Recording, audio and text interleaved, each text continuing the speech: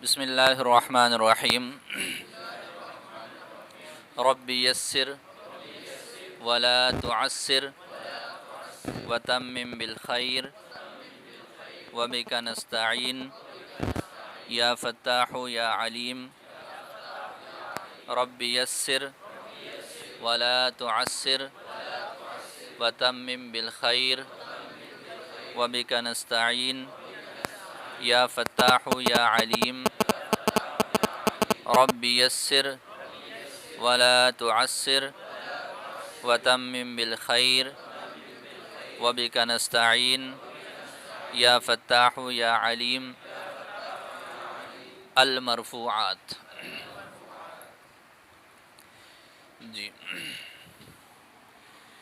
شرح جامی نحو کی کتابوں میں سے وفاق کی جو نصاب ہے سب سے منتہی کتاب ہے۔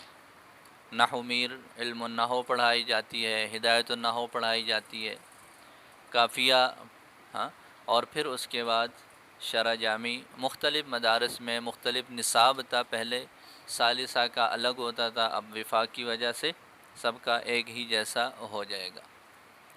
تو یہ بڑی اہم کتاب ہے، اور آپ کو پتہ ہے کہ یہ کافیہ جو نحو کی علامہ ابن حاجب رحمہ اللہ تعالی کی مشہور کتاب ہے، اس کی یہ شرح ہے۔ بہت سارے شروحات ہے کافیہ کی، تو ان شروحات میں سے ایک شرح وہ یہ بھی ہے جو شرح ملا جامی کے نام سے جو ہے وہ معروف اور مشہور ہے۔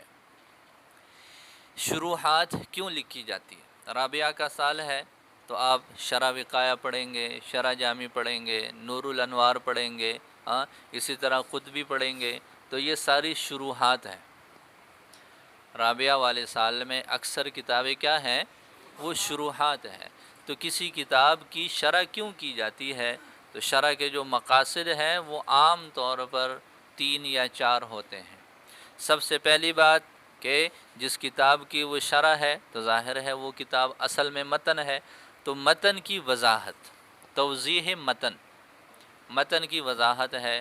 متن میں اجمال ہے، اختصار ہے، مختصر انداز میں بہت بڑی بڑی باتیں کہہ دی جاتی ہیں متن میں، لہٰذا ان جو اجمالات ہیں اس اجمال کو واضح کرنے کے لیے، ٹھیک ہے، اس کی وضاحت کے لیے، اس کی توضیح کے لیے، اس کو واضح اور آسان بنانے کے لیے شروحات لکھی جاتی ہیں۔ تو یہ پہلا مقصد ہو گیا۔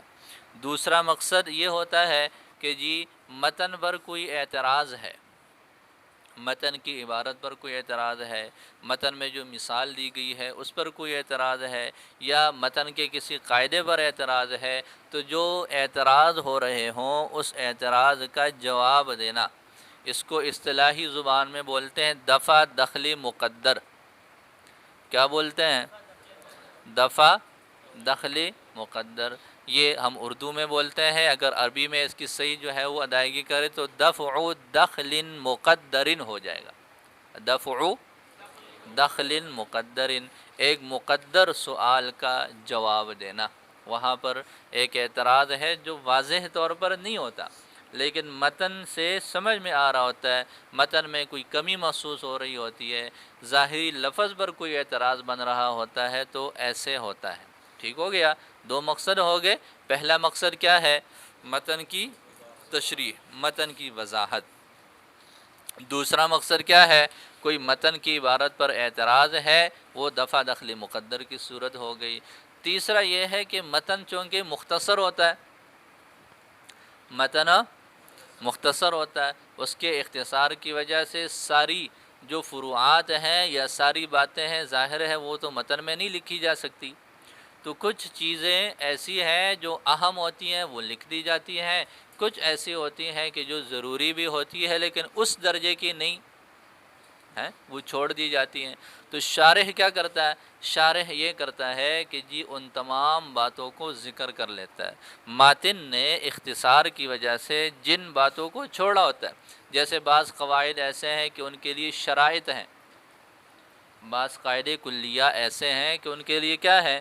شرائط ہیں۔ اب شارح نے یہ کیا کہ ماتن نے اختصار کے ساتھ جن کو ذکر کیا، اختصار کی وجہ سے جن کو چھوڑا ہے، تو شارح نے آ کر موجودہ کی وضاحت کر لی، اور جو مذکور نہیں ہے اختصار کی وجہ سے ان کو ذکر کر لیا۔ تو یہ 3 مقصد ہو گئے۔ تیسرا مقصد کیا ہوا کہ جی اختصار کی وجہ سے ماتن نے جو چیزیں چھوڑی ہوئی ہیں، کچھ شرائط چھوڑی ہیں، کچھ جو ہے اس کی جزیات چھوڑی ہیں، کچھ شق جو ہے اس کے چھوڑے ہوئے ہیں، تو شارح نے آ کر ان کی وضاحت کر دی۔ اسی طرح بعض مرتبہ ایسے ہوتا ہے کہ ماتن کی جو عبارت ہے اسی پر اعتراض بنتا ہے۔ ماتن نے جو قاعدہ بیان کیا آپ پڑھ لیں گے، کئی جگہ ایسی ہیں جہاں پر قافیہ کی عبارت پر خود علامہ جامی رحمہ اللہ تعالیٰ کو کیا ہے؟ اعتراض ہے۔ تو وہ متن پر ایک اعتراض، ایک تو یہ ہے کہ متن کا اعتراض ہو اور پھر اس کا جواب دیا جا رہا ہو، لیکن ماتن نے اس کو ذکر نہیں کیا، اس لیے کہ وہ تو متن ہے، مختصر ہے۔ یہ پرانے زمانے میں متون کا رواج تھا، متن لکھے جاتے تھے۔ اس وقت کے طالب علم بھی اچھے طالب علم تھے، حافظہ بھی اچھا تھا، فرصت بھی تھی ان کے پاس، تو لہٰذا وہ متون کو زبانی یاد کرتے تھے۔ یہ جتنے بھی آپ متن پڑھتے ہیں، آپ نے دیکھا ہوگا کہ انتہائی کیا ہے؟ مختصر ہے۔ تو اختصار کی وجہ کیا ہے؟ اختصار کی وجہ یہ ہے کہ یہ مختصر لکھے جاتے تاکہ اس کو زبانی حفظ کر لیا جائے۔ تو کافی بہت سارے لوگوں کو زبانی یاد ہوتا تھا، تو اس وجہ سے اختصار کرتے تھے۔ تو اس اختصار کی وجہ سے کافی ساری چیزیں وہ چھوڑ دیتے تھے، کچھ کو مجمل ذکر کر لیتے، تو اس وجہ سے پھر اس کی شرح کی ضرورت ہوتی تھی۔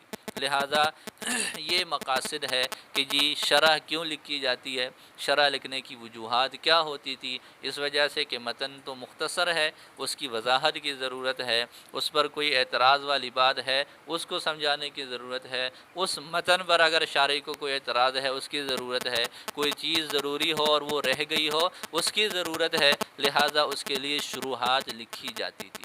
شرح جامی بھی ایک شرح ہے کافیہ کی، اس کے لیے بھی یہی مقاصد ہے کہ متن کی وضاحت ہے، ٹھیک ہو گیا۔ اور اسی طرح متن پر ہونے والا کوئی اعتراض ہے اس کا جواب ہے، اسی طرح کوئی چیز جو رہ گئی ہو اس کا تذکرہ ہے، اور اگر شارح کی طرف سے متن پر کوئی اعتراض ہے تو اس کا جواب اور وہ اعتراض۔ تو یہ مقاصد ہیں، شرح جامی میں بھی یہی چیزیں ہیں۔ اور ان چیزوں کو جو ذکر کیا جاتا ہے ان کو ہم بولیں گے اغراض جامی۔ کیا بولتے ہیں؟ اغراض جامی، غرض جامی۔ وفاق میں یہاں آپ کے مدرسے کا جو پیپر ہوتا ہے، پرچہ ہوتا ہے، اس میں یوں لکھا جاتا ہے کہ جی غرض جامی تحریر کریں، اغراض جامی لکھیں۔ اب امتحان کے موقع پر بعض مرتبہ لڑکے کھڑے ہو کر پوچھتے ہیں کہ جی یہ غرض جامی کیا چیز ہے؟ یہ اغراض جامی کیا ہوتا ہے؟ اور بعض مرتبہ لکھ بھی لیتے ہیں لیکن جو اصل لکھنا چاہیے وہ نہیں لکھتے۔ تو یہ آج سے ہی سمجھ لیں کہ یہ جو آپ لوگوں نے 4 مقاصد پڑھ لیے، کون سی عبارت کا کیا مقصد ہے، کس عبارت کو شارح نے متن کے کس حصے کے ساتھ جوڑا ہے اور کیوں جوڑا ہے، یہ دیکھو۔ آگے متن کی عبارت ہے ہوا ما، متن کی عبارت وہی ہوگی جس کے اوپر لائن ہے، اور اگر کچھ جو ہے وہ مکتب ایسے کہ انہوں نے اس کا کلر تبدیل کیا ہوا ہے، مکتبہ بشرا وغیرہ، انہوں نے متن کی عبارت کا کلر الگ دیا ہوا ہے اور دوسری شرح کی عبارت کا جو رنگ ہے وہ الگ ہے، اور جو پہلے والے ہیں انہوں نے اوپر نشان لگایا ہوا ہے۔ تو متن ہے یہاں پر ہوا ما اشتمل علی علم الفاعلیت، یہ متن ہے۔ اب دیکھیں اس متن کے اس مختصر سی عبارت میں شارح کی عبارت کہاں سے شروع ہوتی ہے؟ جمع المرفوع الی المرفوعۃ، یہاں سے سٹارٹ ہو کر اچھی خاصی لمبی عبارت ذکر کی ہے درمیان میں۔ تو یہ درمیان میں یہ عبارت کیوں ذکر کی ہے، ان کا مقصد کیا ہے؟ تو وہی بات ہے کہ جی یا تو کوئی اعتراض ہو رہا ہے، یا متن کی وضاحت ہے، یا متن میں کوئی بات رہ گئی ہے اس کا تذکرہ ہے۔ تو یہ عبارت کس مقصد سے شارح نے ذکر کی ہے، اس کا مقصد کیا ہے، اس مقصد کو ذکر کرنا یہ اغراض جامی ہے، ٹھیک ہے۔ اور دوسرے لفظوں میں اس کو ہم نام دیتے ہیں تقطیع کا، تا، قاف اور طا، اور پھر اس کے بعد پھر یا اور عین۔ قطع سے قطع، قطع ٹکڑے کو بولتے ہیں، تو تقطیع کا معنی کیا ہوتا ہے؟ ٹکڑے کرنا۔ تقطیع کا معنی کیا ہوتا ہے؟ ٹکڑے کرنا، ٹکڑے کر کے اس کے ساتھ دوسری عبارت جوڑ دی جاتی ہے۔ اب دیکھیں یہاں پر ہوا، ہوا کے بعد ما ہے، تو ہوا اور ما کو ایک دوسرے سے الگ کر لیا، متن کی عبارت کو الگ کر کے اس کے ٹکڑے بنا دیے۔ تو تقطیع میں کیا ہوتا ہے؟ قطعات بنانا، ٹکڑے بنانا، متن کی عبارت کو الگ الگ ایک دوسرے سے کاٹ لیا جاتا ہے، شارح درمیان میں اپنی عبارت لگاتے ہیں، تو یہ تقطیع ہے۔ اب تقطیع کیوں ہے؟ تقطیع کیوں ہے؟ کیوں ہوا کے بعد، ہوا سے پہلے یہ عبارت لگائی ہے، ہوا کے بعد یہ عبارت لگائی ہے، ہوا کو ما سے الگ کر لیا؟ تو یہ ما کو ہوا سے الگ کرنا اور اس کے درمیان میں عبارت لگانا، اس کی کیا وجہ ہے؟ شارح نے ایسے کیوں کیا؟ شارح نے ایسے کیوں کیا؟ تو جو وجہ ہے وہ غرض ہے، جو وجہ ہے وہ کیا ہے؟ وہ غرض ہے، اور یہی اغراض جامی ہے۔ تو عبارت دی ہوئی ہوتی ہے، لکھا ہوتا ہے کہ جی غرض جامی تحریر کریں، اغراض جامی تحریر کریں، مطلب یہ ہوتا ہے کہ جی یہاں یہ شارح نے یہ عبارت کس مقصد سے ذکر کی ہے، اس مقصد کو ذکر کریں۔ وہ مقاصد کیا ہے آپ لوگوں نے پڑھ لیا کہ کوئی اعتراض ہے اس کا جواب دیا جا رہا ہے، جیسے جمع المرفوع للمرفوعۃ لأن موصوفہ الاسم، یہ ایک اعتراض ہے، اس اعتراض کا شارح نے جواب دیا ہے، ٹھیک ہو جائے گا۔ اس کے بعد ہوا کے بعد المرفوع کا لفظ ہے، تو المرفوع والی عبارت کیوں ذکر کی ہے؟ المرفوع والی عبارت اس کا بھی ایک مقصد ہے، یہاں پر بھی اعتراض ہو رہا تھا، اس اعتراض کا جواب ہے۔ تو یہ ہے اغراض جامی، یہ کیا ہے؟ اغراض جامی۔ بات سمجھ آ گئی؟ تو شرح کے لکھنے کی ہمارے سامنے عام جو عمومی وجوہات ہوتی ہیں وہ کتنی آئی ہیں؟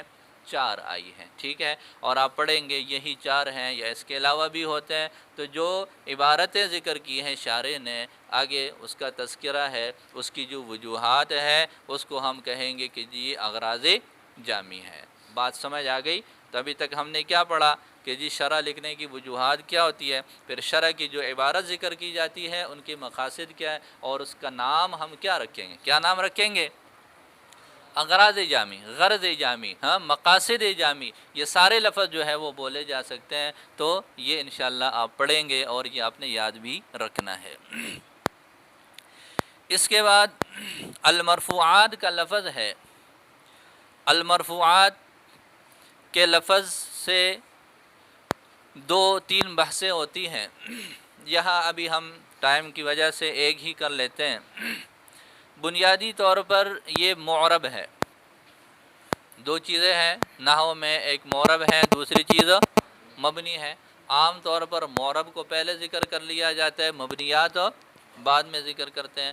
تو معرب جو ہے وہ بنیادی طور پر 3 چیزوں پر مشتمل ہوتے ہیں، مرفوعات ہوتے ہیں، اسی طریقے پر منصوبات ہیں اور مجرورات ہیں۔ تو معرب کتنی چیزیں ہیں؟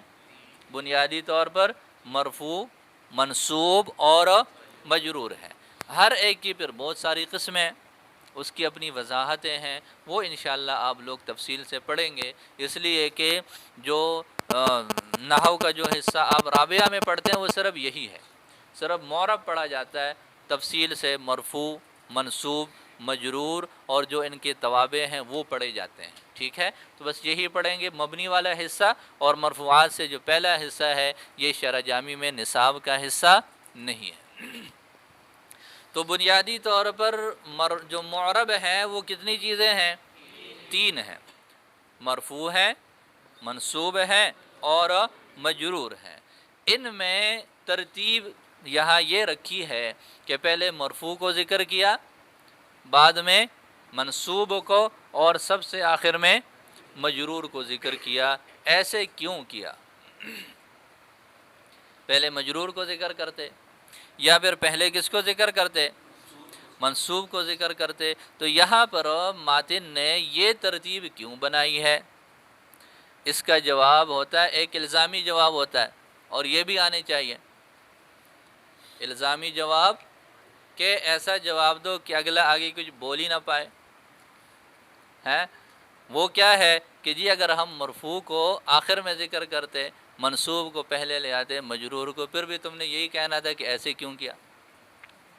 جب آپ نے بولنا ہی ہے تو جیسے اس پر اعتراض ہے، تو اگر ہم مجرور کو پہلے لے آتے یا منصوب کو پہلے لے آتے، پھر بھی آپ نے یہی کہنا تھا کہ جی اس کو کیوں مقدم کیا، تو ہم نے اس کو کر لیا، جو کچھ ہو کرنا ہے وہ کر لو۔ تو لہٰذا یہ ہے الزامی جواب۔ یہ کیا ہے؟ تو یہ اعتراض والی بات نہیں ہوتی، بس وہ اس کی مرضی ہوتی ہے، لکھنے والے کی جو بات سمجھ میں آ جائے لکھ لی بس ہے۔